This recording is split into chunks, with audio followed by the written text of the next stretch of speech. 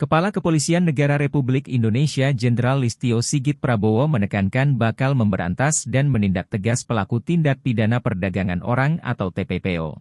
Listio Sigit juga memastikan tidak akan pandang bulu, termasuk jika ada anggotanya yang terlibat dalam kasus TPPO.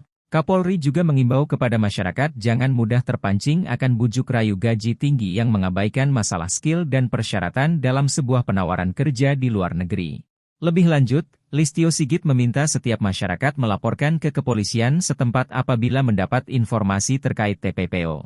Selain itu, ia mengatakan, TPPO adalah salah satu yang akan dibahas pada pertemuan SOMTC. Hal ini sejalan dengan kesepakatan antara Presiden Joko Widodo dengan beberapa pemimpin negara yang akan memberantas segala bentuk TPPO.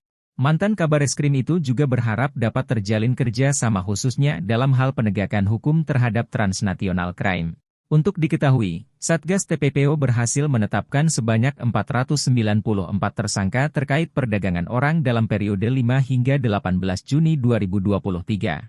Selain itu, sebanyak 1.553 korban TPPO berhasil diselamatkan dalam kurun waktu yang sama.